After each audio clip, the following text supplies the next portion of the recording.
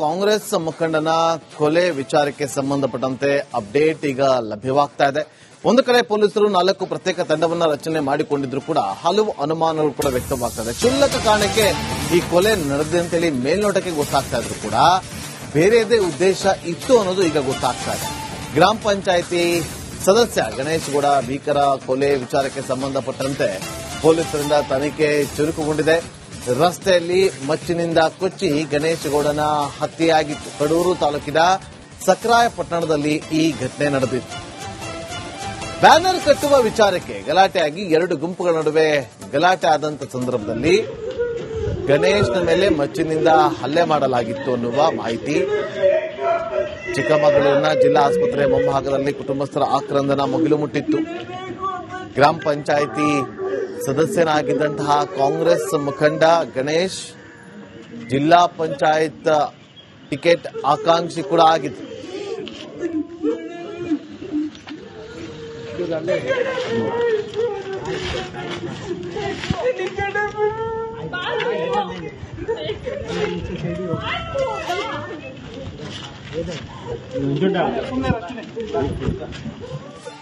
ಕಾಂಗ್ರೆಸ್ ಮುಖಂಡನ ಕೊಲೆ ವಿಚಾರಕ್ಕೆ ಸಂಬಂಧಪಟ್ಟಂತೆ ಅಪ್ಡೇಟ್ ಈಗ ಲಭ್ಯವಾಗ್ತಾ ಇದೆ. ಒಂದು ಕಡೆ ಪೊಲೀಸರು 4 ಪ್ರತ್ಯೇಕ ತಂಡವನ್ನ ರಚನೆ ಮಾಡಿಕೊಂಡಿದ್ರು ಕೂಡ ಹಲವು ಅನುಮಾನಗಳು ಕೂಡ ವ್ಯಕ್ತವಾಗ್ತಾ ಕ್ಷುಲ್ಲಕ ಕಾರಣಕ್ಕೆ ಈ ಕೊಲೆ ನಡೆದಿದೆ ಅಂತೇಳಿ ಮೇಲ್ನೋಟಕ್ಕೆ ಗೊತ್ತಾಗ್ತಾ ಇದ್ರು ಕೂಡ ಬೇರೆದೇ ಉದ್ದೇಶ ಇತ್ತು ಅನ್ನೋದು ಈಗ ಗೊತ್ತಾಗ್ತಾ ಇದೆ. ಗ್ರಾಮ ಪಂಚಾಯಿತಿ ಸದಸ್ಯ ಗಣೇಶ್ ಗೌಡ ಭೀಕರ ಕೊಲೆ ವಿಚಾರಕ್ಕೆ ಸಂಬಂಧಪಟ್ಟಂತೆ ಪೊಲೀಸರಿಂದ ತನಿಖೆ ಚುರುಕುಗೊಂಡಿದೆ. ರಸ್ತೆಯಲ್ಲಿ ಮಚ್ಚಿನಿಂದ ಕೊಚ್ಚಿ ಗಣೇಶ್ ಗೌಡನ ಹತ್ಯೆಯಾಗಿತ್ತು. ಕಡೂರು ತಾಲೂಕಿನ ಸಕ್ರಾಯಪಟ್ಟಣದಲ್ಲಿ ಈ ಘಟನೆ ನಡೆದಿತ್ತು.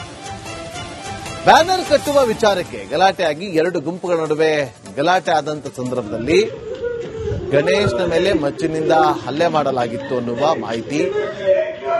ಚಿಕ್ಕಮಗಳೂರಿನ ಜಿಲ್ಲಾ ಆಸ್ಪತ್ರೆ ಮುಂಭಾಗದಲ್ಲಿ ಕುಟುಂಬಸ್ಥರ ಆಕ್ರಂದನ ಮುಗಿಲು ಮುಟ್ಟಿತ್ತು.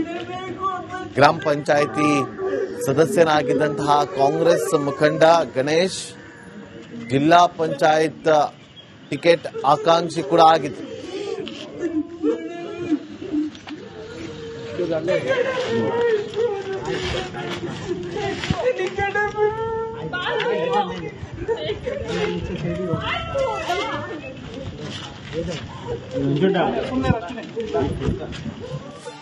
ಕಾಂಗ್ರೆಸ್ ಮುಖಂಡನ ಕೊಲೆ ವಿಚಾರಕ್ಕೆ ಸಂಬಂಧಪಟ್ಟಂತೆ ಅಪ್ಡೇಟ್ ಈಗ ಲಭ್ಯವಾಗ್ತಾ ಇದೆ.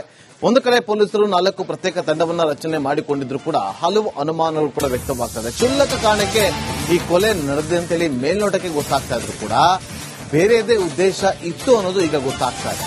ಗ್ರಾಮ ಪಂಚಾಯಿತಿ ಸದಸ್ಯ ಗಣೇಶ್ ಗೌಡ ಭೀಕರ ಕೊಲೆ ವಿಚಾರಕ್ಕೆ ಸಂಬಂಧಪಟ್ಟಂತೆ ಪೊಲೀಸರಿಂದ ತನಿಖೆ ಚುರುಕುಗೊಂಡಿದೆ. ರಸ್ತೆಯಲ್ಲಿ ಮಚ್ಚಿನಿಂದ ಕೊಚ್ಚಿ ಗಣೇಶ್ ಗೌಡನ ಹತ್ಯೆಯಾಗಿತ್ತು. ಕಡೂರು ತಾಲೂಕಿನ ಸಕ್ರಾಯಪಟ್ಟಣದಲ್ಲಿ ಈ ಘಟನೆ ನಡೆದಿತ್ತು. ಬ್ಯಾನರ್ ಕಟ್ಟುವ ವಿಚಾರಕ್ಕೆ ಗಲಾಟೆಯಾಗಿ 2 ಗುಂಪುಗಳ ನಡುವೆ ಗಲಾಟೆ ಆದಂತ ಸಂದರ್ಭದಲ್ಲಿ ಗಣೇಶ್ನ ಮೇಲೆ ಮಚ್ಚಿನಿಂದ ಹಲ್ಲೆ ಮಾಡಲಾಗಿತ್ತು ಅನ್ನುವ ಮಾಹಿತಿ. ಚಿಕ್ಕಮಗಳೂರಿನ ಜಿಲ್ಲಾ ಆಸ್ಪತ್ರೆ ಮುಂಭಾಗದಲ್ಲಿ ಕುಟುಂಬಸ್ಥರ ಆಕ್ರಂದನ ಮುಗಿಲು ಮುಟ್ಟಿತ್ತು. ಗ್ರಾಮ ಪಂಚಾಯಿತಿ ಸದಸ್ಯನಾಗಿದ್ದಂತಹ ಕಾಂಗ್ರೆಸ್ ಮುಖಂಡ ಗಣೇಶ್ ಜಿಲ್ಲಾ ಪಂಚಾಯತ್ ಟಿಕೆಟ್ ಆಕಾಂಕ್ಷಿ ಕೂಡ ಆಗಿತ್ತು.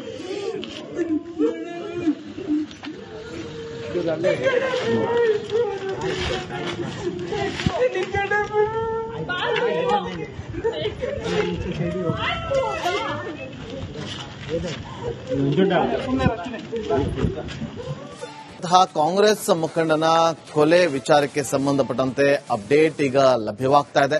ಒಂದು ಕಡೆ ಪೊಲೀಸರು 4 ಪ್ರತ್ಯೇಕ ತಂಡವನ್ನ ರಚನೆ ಮಾಡಿಕೊಂಡಿದ್ರು ಕೂಡ ಹಲವು ಅನುಮಾನಗಳು ಕೂಡ ವ್ಯಕ್ತವಾಗ್ತಾ ಕ್ಷುಲ್ಲಕ ಕಾರಣಕ್ಕೆ ಈ ಕೊಲೆ ನಡೆದಿದೆ ಅಂತೇಳಿ ಮೇಲ್ನೋಟಕ್ಕೆ ಗೊತ್ತಾಗ್ತಾ ಇದ್ರು ಕೂಡ ಬೇರೆದೇ ಉದ್ದೇಶ ಇತ್ತು ಅನ್ನೋದು ಈಗ ಗೊತ್ತಾಗ್ತಾ ಇದೆ. ಗ್ರಾಮ ಪಂಚಾಯಿತಿ ಸದಸ್ಯ ಗಣೇಶ್ ಗೌಡ ಭೀಕರ ಕೊಲೆ ವಿಚಾರಕ್ಕೆ ಸಂಬಂಧಪಟ್ಟಂತೆ ಪೊಲೀಸರಿಂದ ತನಿಖೆ ಚುರುಕುಗೊಂಡಿದೆ. ರಸ್ತೆಯಲ್ಲಿ ಮಚ್ಚಿನಿಂದ ಕೊಚ್ಚಿ ಗಣೇಶ್ ಗೌಡನ ಹತ್ಯೆಯಾಗಿತ್ತು. ಕಡೂರು ತಾಲೂಕಿನ ಸಕ್ರಾಯಪಟ್ಟಣದಲ್ಲಿ ಈ ಘಟನೆ ನಡೆದಿತ್ತು. ಬ್ಯಾನರ್ ಕಟ್ಟುವ ವಿಚಾರಕ್ಕೆ ಗಲಾಟೆಯಾಗಿ 2 ಗುಂಪುಗಳ ನಡುವೆ ಗಲಾಟೆ ಆದಂತ ಸಂದರ್ಭದಲ್ಲಿ ಗಣೇಶ್ನ ಮೇಲೆ ಮಚ್ಚಿನಿಂದ ಹಲ್ಲೆ ಮಾಡಲಾಗಿತ್ತು ಅನ್ನುವ ಮಾಹಿತಿ. ಚಿಕ್ಕಮಗಳೂರಿನ ಜಿಲ್ಲಾ ಆಸ್ಪತ್ರೆ ಮುಂಭಾಗದಲ್ಲಿ ಕುಟುಂಬಸ್ಥರ ಆಕ್ರಂದನ ಮುಗಿಲು ಮುಟ್ಟಿತ್ತು. ಗ್ರಾಮ ಪಂಚಾಯಿತಿ ಸದಸ್ಯನಾಗಿದ್ದಂತಹ ಕಾಂಗ್ರೆಸ್ ಮುಖಂಡ ಗಣೇಶ್ ಜಿಲ್ಲಾ ಪಂಚಾಯತ್ ಟಿಕೆಟ್ ಆಕಾಂಕ್ಷಿ ಕೂಡ ಆಗಿತ್ತು.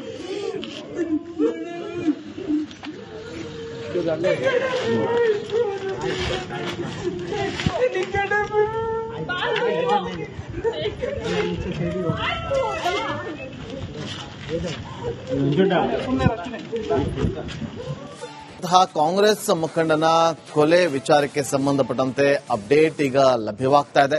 ಒಂದು ಕಡೆ ಪೊಲೀಸರು 4 ಪ್ರತ್ಯೇಕ ತಂಡವನ್ನ ರಚನೆ ಮಾಡಿಕೊಂಡಿದ್ರು ಕೂಡ ಹಲವು ಅನುಮಾನಗಳು ಕೂಡ ವ್ಯಕ್ತವಾಗ್ತದೆ. ಕ್ಷುಲ್ಲಕ ಕಾರಣಕ್ಕೆ ಈ ಕೊಲೆ ನಡೆದಿದೆ ಅಂತೇಳಿ ಮೇಲ್ನೋಟಕ್ಕೆ ಗೊತ್ತಾಗ್ತಾ ಇದ್ರು ಕೂಡ ಬೇರೆದೇ ಉದ್ದೇಶ ಇತ್ತು ಅನ್ನೋದು ಈಗ ಗೊತ್ತಾಗ್ತಾ ಇದೆ. ಗ್ರಾಮ ಪಂಚಾಯಿತಿ ಸದಸ್ಯ ಗಣೇಶ್ ಗೌಡ ಭೀಕರ ಕೊಲೆ ವಿಚಾರಕ್ಕೆ ಸಂಬಂಧಪಟ್ಟಂತೆ ಪೊಲೀಸರಿಂದ ತನಿಖೆ ಚುರುಕುಗೊಂಡಿದೆ. ರಸ್ತೆಯಲ್ಲಿ ಮಚ್ಚಿನಿಂದ ಕೊಚ್ಚಿ ಗಣೇಶ್ ಗೌಡನ ಹತ್ಯೆಯಾಗಿತ್ತು. ಕಡೂರು ತಾಲೂಕಿನ ಸಕ್ರಾಯಪಟ್ಟಣದಲ್ಲಿ ಈ ಘಟನೆ ನಡೆದಿತ್ತು. ಬ್ಯಾನರ್ ಕಟ್ಟುವ ವಿಚಾರಕ್ಕೆ ಗಲಾಟೆಯಾಗಿ 2 ಗುಂಪುಗಳ ನಡುವೆ ಗಲಾಟೆ ಆದಂತ ಸಂದರ್ಭದಲ್ಲಿ ಗಣೇಶ್ನ ಮೇಲೆ ಮಚ್ಚಿನಿಂದ ಹಲ್ಲೆ ಮಾಡಲಾಗಿತ್ತು ಅನ್ನುವ ಮಾಹಿತಿ. ಚಿಕ್ಕಮಗಳೂರಿನ ಜಿಲ್ಲಾ ಆಸ್ಪತ್ರೆ ಮುಂಭಾಗದಲ್ಲಿ ಕುಟುಂಬಸ್ಥರ ಆಕ್ರಂದನ ಮುಗಿಲು ಮುಟ್ಟಿತ್ತು. ಗ್ರಾಮ ಪಂಚಾಯಿತಿ ಸದಸ್ಯನಾಗಿದ್ದಂತಹ ಕಾಂಗ್ರೆಸ್ ಮುಖಂಡ ಗಣೇಶ್ ಜಿಲ್ಲಾ ಪಂಚಾಯತ್ ಟಿಕೆಟ್ ಆಕಾಂಕ್ಷಿ ಕೂಡ ಆಗಿತ್ತು.